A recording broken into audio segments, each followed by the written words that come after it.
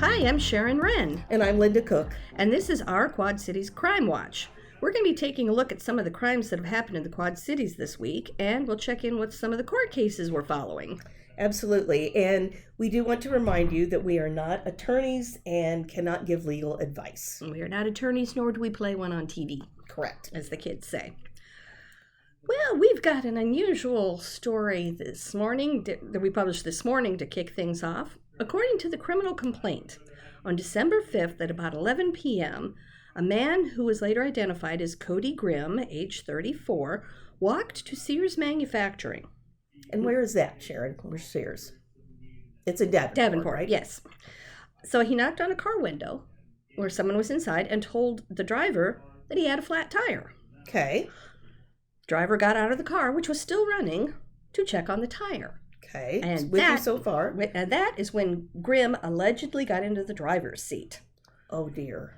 Oh, it gets worse. The complaint says Mr. Grimm accelerated backwards, quickly knocked over the victim, and almost ran him over. Oh. The victim is seen on video getting up and limping.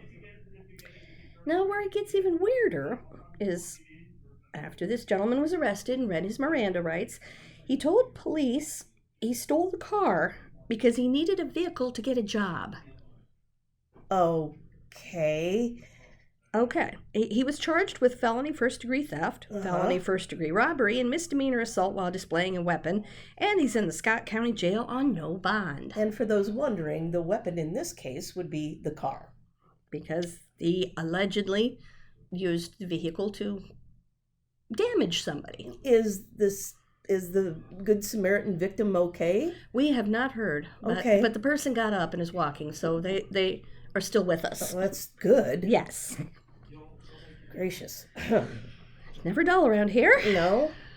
Well, mine, I have one case, but it's actually 2 in 1. So bear with me here. It's like certs, 2 in 1. Absolutely. This involves a 22-year-old Davenport man. Now, he faces some felony charges and 1 serious misdemeanor. The felony charges are these: intimidation with a dangerous weapon, injury, provoke fear; 2 charges of controlled substance violation. Now that, of course, involves drugs. 2 charges of failure to affix a drug stamp, and that is a felony that is added to many, many drug cases. Going armed with intent and second-degree criminal mischief. The person ineligible to carry a dangerous weapon is a serious misdemeanor. So this is the story. It starts about 9 a.m. December night. Officers went to a scene. They responded to a vehicle being damaged by gunfire. There was also a victim in a residence who had a minor gunshot wound to the upper thigh. Ow. Now, this wound isn't really, it's more of a scratch than a wound. This person refused to go to the hospital. So the bullet appeared to just graze the victim, just barely breaking the skin. Right. So the victim here was lucky. Right. Now, in affidavits or court records, officers say they found surveillance video, and that is why they arrested a fellow named Joseph Lowe. And the surveillance video shows this on December 9th at 9 a.m. Lowe left his residence and took the license plates off his blue Chevy Impala registered in his name. Okay. At 9:17, surveillance video shows his car without the license plates headed south pretty fast in the 1500 block of Marquette Street. Okay. 6 minutes later, at 9:23 a.m., Lowe returns to his residence, and then at 9:43, 20 minutes later, he puts his license plates back on his car. Okay, so at 6:30 a.m. Friday, December 13th, and that is very early in the morning, that is when the police chose to execute a search warrant on Mr. Lowe, Mr. Lowe's car, Mr. Lowe's residence.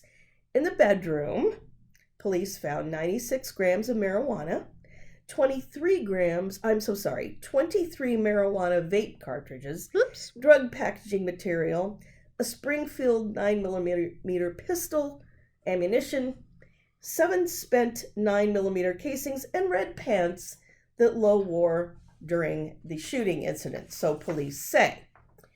Now, after he was read his Miranda rights, Mr. Lowe told police, this was in a recorded interview, that he sells marijuana and marijuana vape cartridges, and he admitted to committing the shooting. He said he took off the license plates before he drove by the victim's address and fired multiple rounds at it and the car.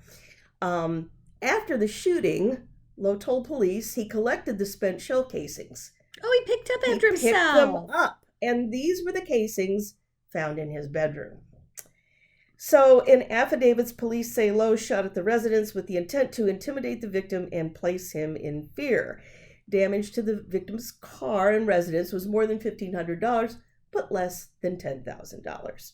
So the criminal mischief charge, police say that this is connected to an earlier incident on December 4th. Okay, he's busy. He was busy before this. So a victim reported Lowe damaged her Ford Focus and a Chevy Trax on December 3rd. The damage was photographed by the victim.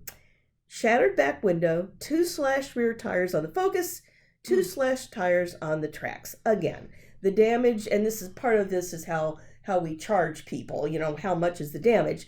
The damage is more than $1,500, not more than $10,000. So, on December 13, when police spoke with Lowe, after he was read his Miranda rights, he admitted to hiring an unidentified male to damage the vehicle due to a $200 drug debt owed to Lowe by the victim's boyfriend. So the deal was that Lowe said the unidentified subject would damage the vehicle in exchange for Lowe smoking marijuana with him. And if you could see Sharon's face, she is perplexed. Lowe was released on $10,000 bond, and he waived a preliminary hearing, and he is scheduled for arraignment when they will read him his charges, and he will plead on January 16 in Scott County Court. Well, at least he used I believe, a locally made weapon, allegedly. Allegedly, yeah, because I believe Springfield weapons are manufactured in Henry County, so That's right. Good call. You've heard of buy fresh, buy local? I guess it's shoot fresh, shoot local. No, we don't encourage that. No, and this could have been a really, really catastrophic incident had the bullets found there, Mark. Yeah. Well, Friday the 13th was not a good day for people in the QCA who are doing things they shouldn't be.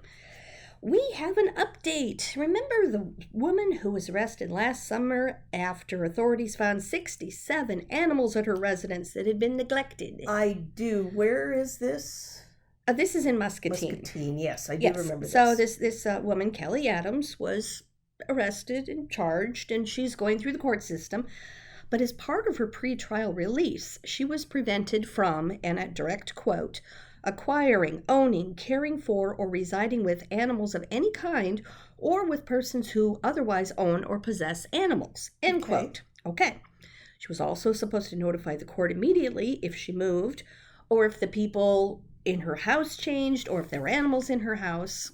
She was supposed to report in. She didn't. Okay. The Muscatine County Sheriff's Office received information that she moved and had new animals. Oh, dear. She was arrested on Friday the 13th, December 13th, for a violation of pretrial release after 3 dogs, 3 cats, 6 rats, 1 bird, 5 geckos, 3 snakes, and 2 bearded dragons were found in her home. She is currently in the Muscatine County Jail, awaiting an initial court appearance.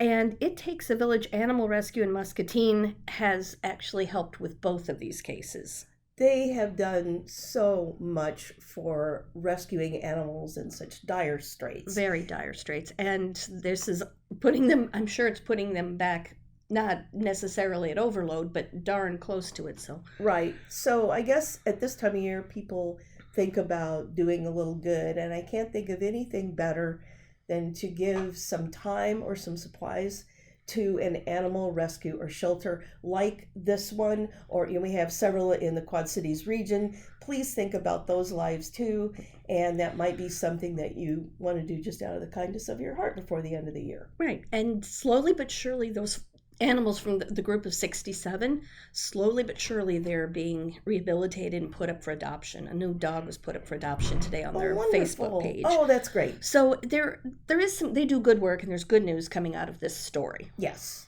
that's wonderful. What an interesting situation. Yeah. Well, everyone survived at least these cases, right, this week? Yes. So we hope that everybody listening is well, and urge you to stay safe and lock your cars. That's all we have for this week. We will see you next week. Next week, yes. We'll do one before Christmas. Stay safe, everybody.